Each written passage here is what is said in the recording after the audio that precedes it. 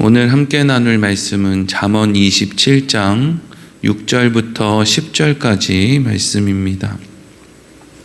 잠언 27장 6절부터 10절까지 말씀을 같이 읽겠습니다. 친구의 아픈 책망은 충직으로 말미암는 것이나 원수의 잦은 입맞춤은 거짓에서 난 것이니라. 배부른 자는 꿀이라도 싫어하고 줄인 자에게는 쓴 것이라도 다니라. 고향을 떠나 유리하는 사람은 보금자리를 떠나 떠도는 새와 같으니라. 기름과 향이 사람의 마음을 즐겁게 하나니 친구의 충성된 권고가 이와 같이 아름다우니라. 내 친구와 내 아비의 친구를 버리지 말며 내 환난 날에 형제의 집에 들어가지 말지어다. 가까운 이웃이 먼 형제보다 나으니라. 아멘. 오늘은 친구의 아픈 책망이라는 제목으로 말씀을 나누도록 하겠습니다. 어제 우리는 잠언 27장 1절부터 5절까지 말씀에서 자기의 지혜를 드러내지 말아라, 또 자기의 의를 자랑하지 말아라 하는 내용의 말씀을 함께 나누었습니다. 왜 우리가 우리의 지혜, 의를 자랑하면 안 되느냐? 두 가지 이유가 있었는데, 첫 번째는 우리가 그렇게 대단하지 않기 때문이고요.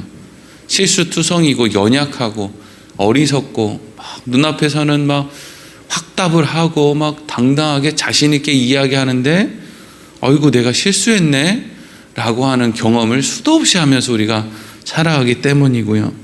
또 하나는 만일 내가 그렇게 지혜롭고 의롭고 또 확신한 대로 무슨 일이 된다 할지라도 그것을 통해서 오히려 나에게 유익한 일이 찾아오는 것이 아니라 사람들이 오히려 그러한 나를 시기하고 질투하면 사실 그거 아무것도 아니라는 거죠. 네. 그러니까 정말 지혜로운 것은 감추고 드러내지 않고 그렇게 살아가는 것. 상대방으로 하여금 질투심 일으키지 않고 시기심 불러일으키지 않고 그냥 살아가는 것. 그게 지혜로운 것이다 하는 것이죠. 그래서 어제 말씀이 어떻게 끝났느냐면요, 바로 오늘 읽었던 말씀 윗부분에 5절 말씀이 이제 이렇게 끝나죠. 면책은 숨은 사랑보다 나으니라, 이렇게 이제 끝나고 있어요. 이게 이제 두 가지의 의미를 가지고 있거든요.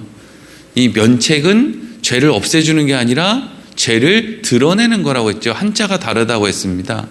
그러니까 죄를 드러내는 것은 그냥 나 저 사람을 사랑하니까 그냥 뭐 넘어가지 뭐 하는 것보다 죄를 드러내는 것이 낫다, 뭐 이런 표현인데, 이게 이제 두 가지 의미를 갖고 있죠. 하나는 자기 자신에 대해서 면책이 숨은 사랑보다 낫다는 말씀을 적용할 수 있고요. 또 하나는 타인에 대해서 이 말씀을 적용할 수가 있어요. 어제는 이 말씀에 대해서 자기 자신의 잘못을 드러내는 것이 좋다. 그러니까 내 잘못을 아니까 드러내니까 내 의를 자랑하지 않고 지혜를 자랑하지 않으니까 결국에는 시기와 질투를 불러일으키지도 않고 실수하지도 않고 얼마나 좋으냐, 이렇게 이제 말씀을 마쳤는데, 이제 오늘 본문의 말씀은 또 어떤 식으로 생각해 볼 수 있느냐면, 근데 다 따지고 보면은요, 이제 말씀 다 듣다 보면 사실 다 같은 이야기이긴 합니다. 그런데 오늘은 어떻게 시작을 할 거냐 하면, 이 면책을 상대방의 잘못을 드러내는 행위, 이것을 통해서 한번 생각을 해보자는 거예요. 그러니까 이렇게 생각하는 거죠. 상대방의 잘못을 드러내서 책망하는 것이 나 저 사람을 사랑하니까 그냥 넘어가야지 하는 것보다 낫다, 이런 이야기거든요. 이런 이야기로 이제 받아들일 수 있다라는 거예요. 그래서 오늘 말씀 6절 어떻게 시작하고 있는지 한번 보겠습니다. 시작. 친구의 아픈 책망은 충직으로 말미암는 것이나 원수의 잦은 입맞춤은 거짓에서 난 것이니라. 아멘.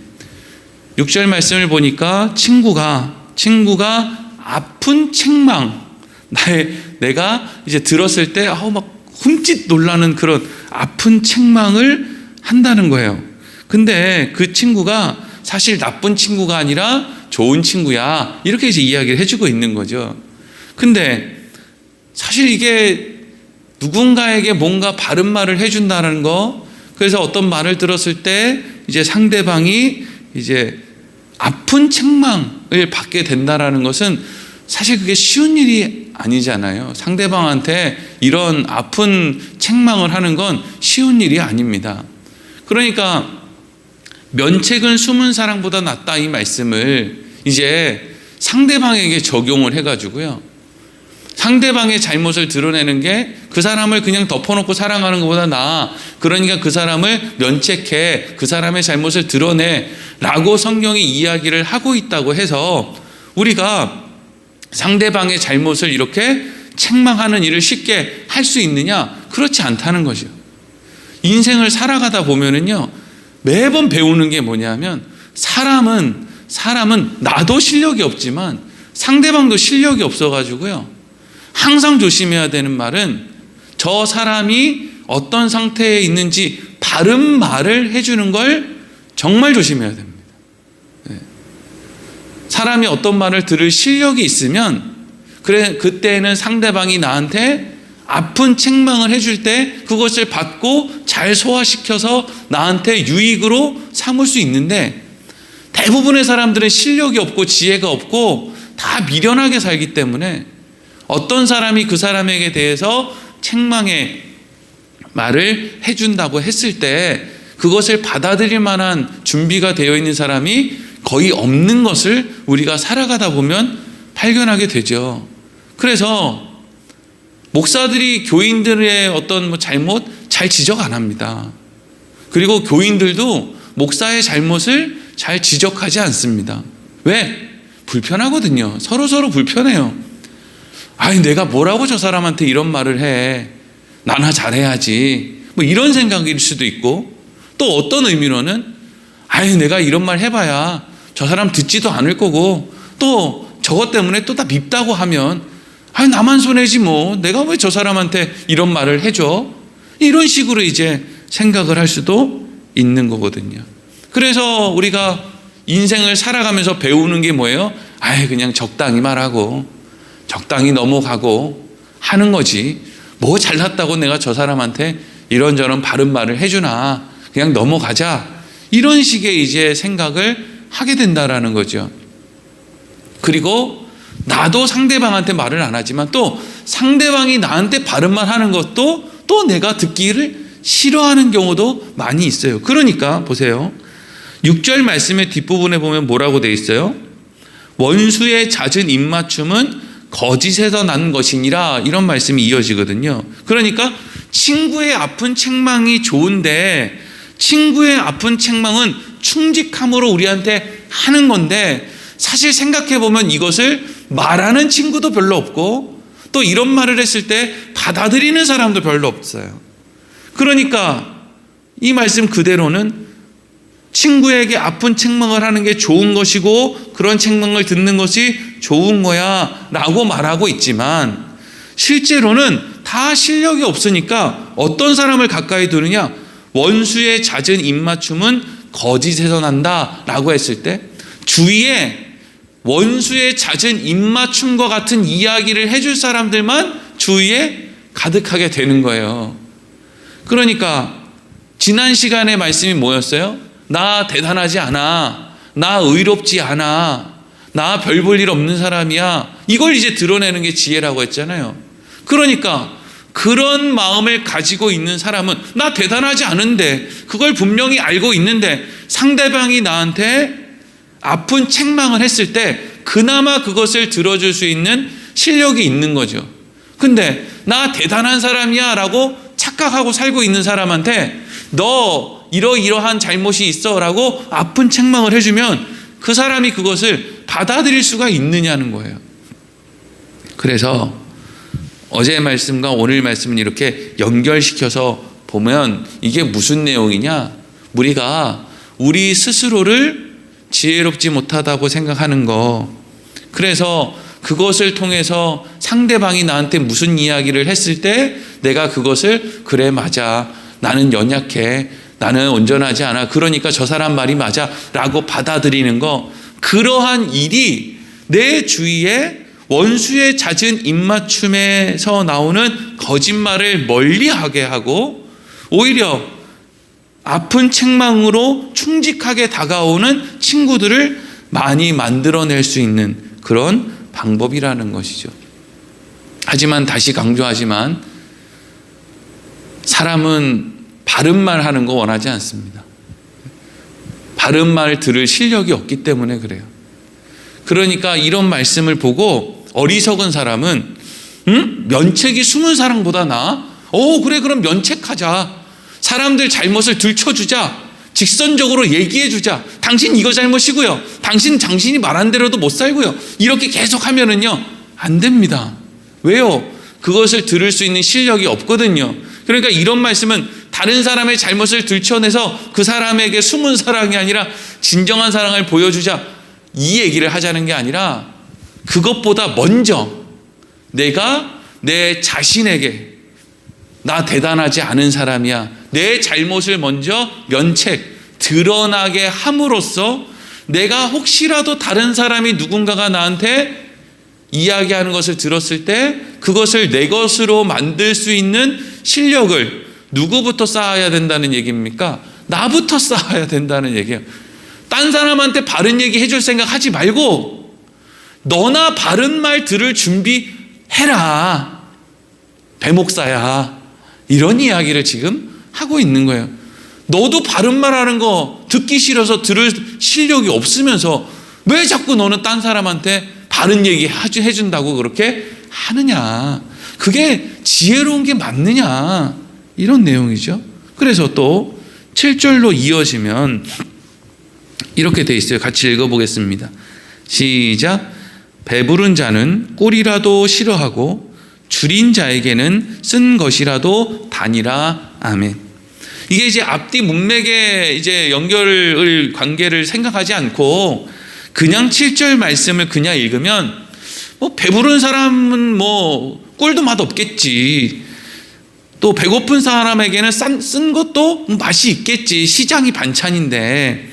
그래서 그냥 이걸 그냥 간단하게 생각하면 이렇게 생각할 수도 있어요. 예수님께서 누가복음 14장 13절부터 14절까지 말씀에 이렇게 말씀하셨거든요. 잔치를 베풀거든 차라리 가난한 자들과 몸 불편한 자들과 저는 자들과 맹인들을 청하라. 그리하면 그들이 갚을 것이 없으므로 내게 복이 되리니 이는 의인의 부활 시에 내가 갚음을 받겠음이니라 하시더라. 아멘. 그러니까 이 7절 말씀을 그냥 앞뒤 문맥 생각하지 않고 그것만 딱 보면 그래, 배부른 사람한테 맨날 왜 꿀을 먹이냐. 근데 보통 사람들은 배부른 사람한테 꿀 갖다 주거든요. 왜? 배부른 사람한테 잘 보여야 자기한테 뭐라도 떨어지니까. 예? 그래서 세상에 힘 있고 명망 있고 무슨 단체 장이고 막 이런 사람들한테 선물이 쏟아지지. 진짜 필요한 어려운 이웃을 돌보는 사람은 별로 없잖아요. 그런데 이 말씀을 그냥 그렇게 볼 것인가? 앞뒤 문맥 생각 안 하고 7절 말씀을 보면 그냥 그렇게 이해해서 그래, 대단한 사람, 잘난 사람 돕는 게 아니라 어렵고 힘든 사람 돕는 것이 그게 남는 거지, 그게 지혜로운 거지, 이렇게 생각할 수도 있지만 지금 우리는 어떤 말씀이 이렇게 이어지는 걸 함께 나누고 있습니까? 친구가 나한테 바른 말 해주는 거, 그때 내가 받아들일 실력이 있는 거, 그거에 대해서 지금 이야기를 하고 있잖아요. 그러니까 7절 말씀을 그런 관점에서 보면 어떻게 보여요? 배부른 자, 스스로 지혜 있다고 하는 자, 스스로 잘났다라고 생각하는 사람, 이런 사람들은 좋은 말, 꿀과 같은 말을 해줘도 어떻게 한다는 거예요? 싫어하죠. 싫어해요. 근데 줄인 자, 스스로 온전하지 못하다고 생각하는 자, 이걸 다른 말로, 성경이 하는 말로 이야기하면 심령이 가난한 자, 심령이 가난한 자에게는 쓴 것이라도 그것을 달게 받아들이게 된다 하는 거예요. 그러면 예수님께서 어떤 사람이 복이 있다고 이야기를 하셨어요? 심령이 가난한 사람이 복이 있다고 말씀하셨죠. 이건 모든 사람들 가운데 어떤 사람들은 심령이 가난하고 어떤 사람은 심령이 가난하지 않다는 이야기가 아니에요. 예수님이 보실 때 이 세상에 있는 모든 사람들은 다 심령이 가난한 사람입니다. 그런데 어떤 사람은 자기가 심령이 가난하다고 생각하지만 어떤 사람은 심령이 가난하지 않다고 생각하면서 산다는 거예요. 대부분의 사람들은 자기가 심령이 가난하다, 마음이 가난하다, 자기는 생각이 부족하다, 나는 죄인이다, 나는 허물이 많다, 난 실력도 없고 자격도 없고 늘 연약하고 실수투성이고 나는 바보 멍청이다, 이렇게 생각하는 게 심령이 가난한 거거든요. 인생을 살면 살수록 난 정말 자격이 없어, 이런 마음을 갖는 사람들이 심령이 가난한 거거든요. 근데 이건 어떤 특별한 사람들만 이런 마음을 가져야 되는 게 아니라 모든 사람들이 다 이런 상태거든요. 근데 그것을 깨닫고 난 심령이 가난한 사람이야 라고 생각을 하게 되는 사람이 복이 있다라는 거죠. 실제로 그런 형편에 있는 사람들이 따로 있는 게 아니라 모든 사람들이 다 심령이 가난한데 그 가운데 자기가 심령이 가난하다는 것을 알게 되는 사람이 있다는 거죠.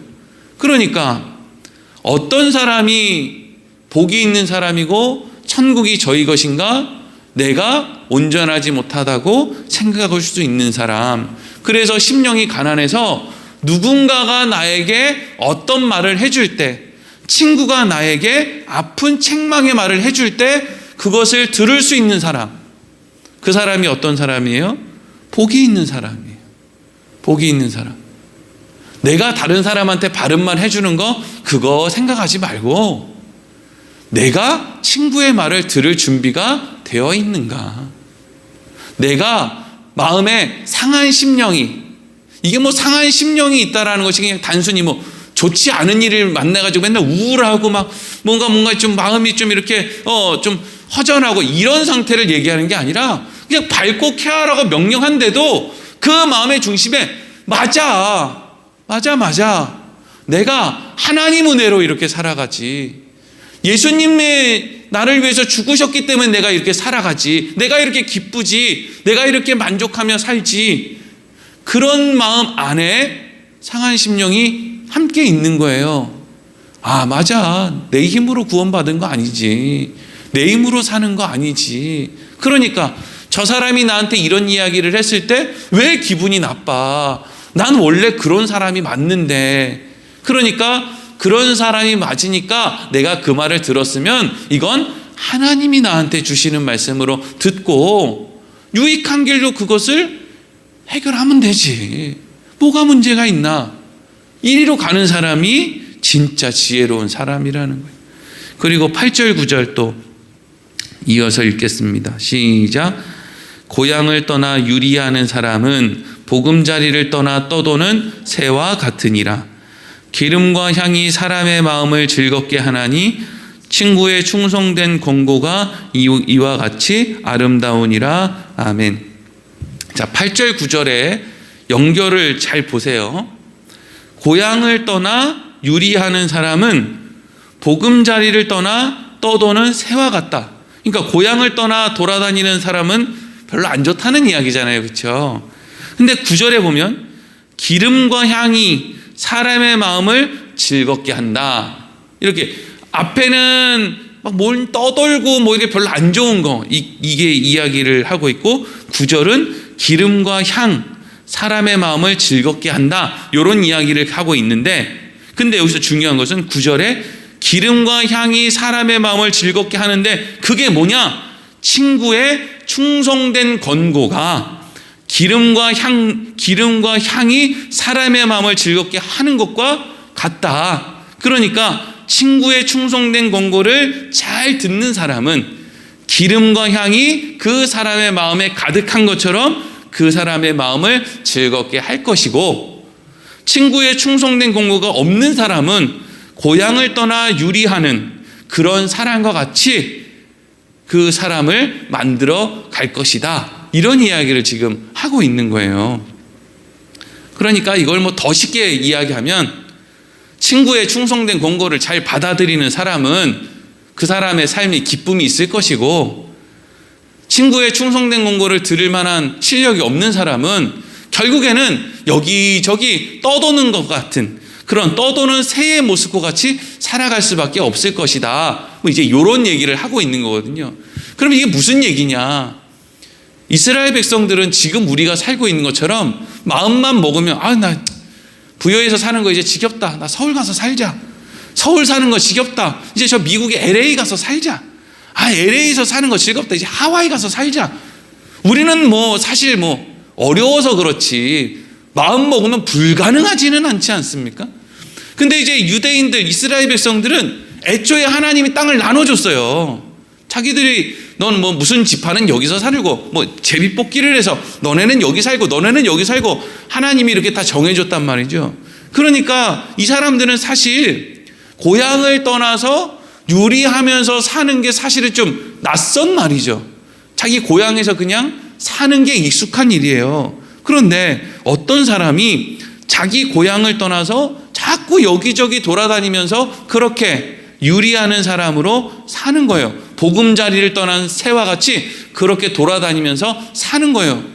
그럼 그 사람은 왜 그렇게 돌아다니면서 떠돌이같이 사느냐? 왜 그래요? 9절 말씀에 뭐가 듣기 싫어서? 친구의 충성된 권고가 듣기 싫어서. 그게 지금 8절 9절의 말씀이 친구의 충성된 권고라는 말과 다 묶여 있는 거거든요. 어떤 사람은 자꾸 자기한테 누가 이야기하는 게 듣기 싫으니까 교회도 옮겨, 지역도 옮겨, 이사가, 그리고 요즘에는 심지어 부모님이 무슨 잔소리 한다고 명절날 부모님 만나러 가지도 않아. 이게 뭐예요? 마땅히 들어야 될 말. 나이가 차면 부모가 결혼하라고 하지. 또 결혼했는데 애를 안 낳는다고 하면 애 낳으라고 하지. 그 정도는 들을 실력이 있어야 결혼도 안 할 수 있고 또 애도 안 낳을 수 있는 거 아닙니까? 그 잔소리 하나 이겨낼 수 있는 실력도 없으면서 뭘 혼자 산다고, 뭘 그렇게 자기 잘난 맛에 다른 사람들이랑 다르게 살겠다고, 다른 사람들이랑 다르게 살 정도의 실력이 있다면, 다른 사람이랑 다르게 사는 것 때문에 부모님이 잔소리를 하면 그 정도는 드러낼 실력이 있어야 그것도 하는 거 아닙니까? 자기 부모 잔소리 들을 실력도 없는 인간이 무슨 다른 사람들 사는 것보다 뭘 그렇게 대단하게 특별하게 산다고 나는 달라, 나는 다르게 행복하게 살 거야 이러면서. 다르긴 뭘 달라요? 나이 먹으면 힘들어서 죽으려고 하는데.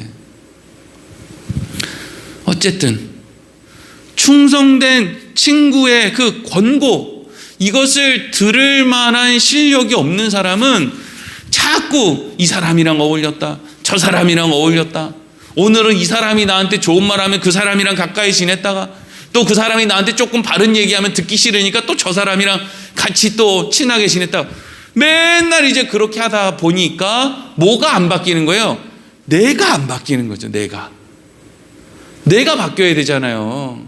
그게 유익한 거고 그게 실력 아닙니까? 내가. 부여온누리교회 교인들 다 바뀌었는데 목사인 나만 안 바뀌고 있다. 무슨 유익이 있어요? 이거 아무것도 아니지. 다 안 바뀌어도 내가 변했다. 그러면 그게 유익이죠. 다른 사람이 실력이 있는 게 무슨 중요합니까? 내가 실력이 있는 게 중요하지. 그리고 마지막으로 이제 10절 읽겠습니다. 10절 시작. 내 친구와 내 아비의 친구를 버리지 말며 내 환난 날에 형제의 집에 들어가지 말지어다. 가까운 이웃이 먼 형제보다 나으니라. 아멘. 자, 이것도 잘 생각을 해보세요. 이 친구, 내 친구와 내 아버지의 친구가 있어요. 이 사람들은 가까이 지내는 사람들이에요. 그런데 환난 날에 형제의 집에 들어가지 말라. 이 말은 여기 맨 뒷부분에 보니까 뭐라고 돼 있어요? 가까운 이웃이 먼 형제보다 낫다 이렇게 돼 있죠. 그러니까 이건 단순히 친구를 가까이 하고 형제를 가까이 하지 마라 이게 아니라, 여기에서 친구는 어떤 친구? 가까이 지내는 친구를 얘기하는 것이고, 여기서의 형제는 어떤 형제를 말하는 거예요? 먼 형제를 이야기하는 거예요. 그러면 오늘 말씀의 맥락상 왜 가까운 친구를 가까이 지내는 친구를 가까이 해야 되고 멀리 있는 형제에게 가면 안 되느냐, 이런 맥락을 가지고 있죠. 친구와 내 아버지의 친구가 나에게 자꾸 검열을 하는 거예요. 너 이거 해야 돼. 너 그렇게 게으르면 안 돼. 해가 중천이야. 빨리 가서 일해. 뭐 이제 이런 권면들. 너 부모님한테 그렇게 하면 안 돼. 너네 아내한테 그렇게 하면 안 되고, 남편한테 그렇게 하면 안 되고, 자식들한테 그렇게 하면 안 돼. 너 얼른 들어가서 집에 가서 밥해. 너 맨날 이렇게 돌아다니면 안 돼.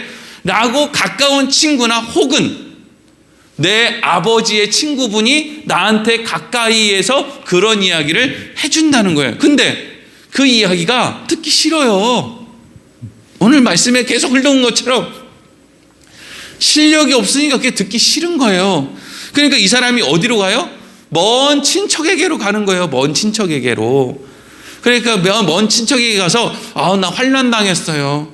나 어려워요. 혹은 마땅히 들어야 될 그 책망, 권면을 듣지 않고 살다 보니까 어려움이 생겨서 먼 친척을 찾아가게 되는 거예요. 근데 중요한 건 뭐냐면 먼 친척은 이 사람이 어떤 부분이 좋고 어떤 부분이 잘못되고 이런 것을 아냐고요.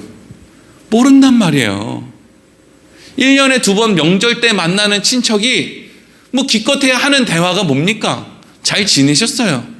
요즘 어떻게 지내세요? 하시는 일은 뭐 잘 됩니까? 뭐 요 정도잖아요. 그거 뭐 얘기 몇 마디 주고받다가 뭐 TV, 그래서 명절날 되면 TV 하루 종일 틀어놓고 그냥 계속 그냥 뭔 얘기인지도 모르고 그냥 그거나 쳐다보고 둘러 앉아가지고 그냥 의미 없이 TV나 쳐다보다가, 근데 또 이런 또 TV 얘기는 하지 뭐 서로 뭐 요즘 고민이 보세요. 뭐 이런 얘기 안 하잖아요. 예? 그러니까 지금 이게 뭐예요?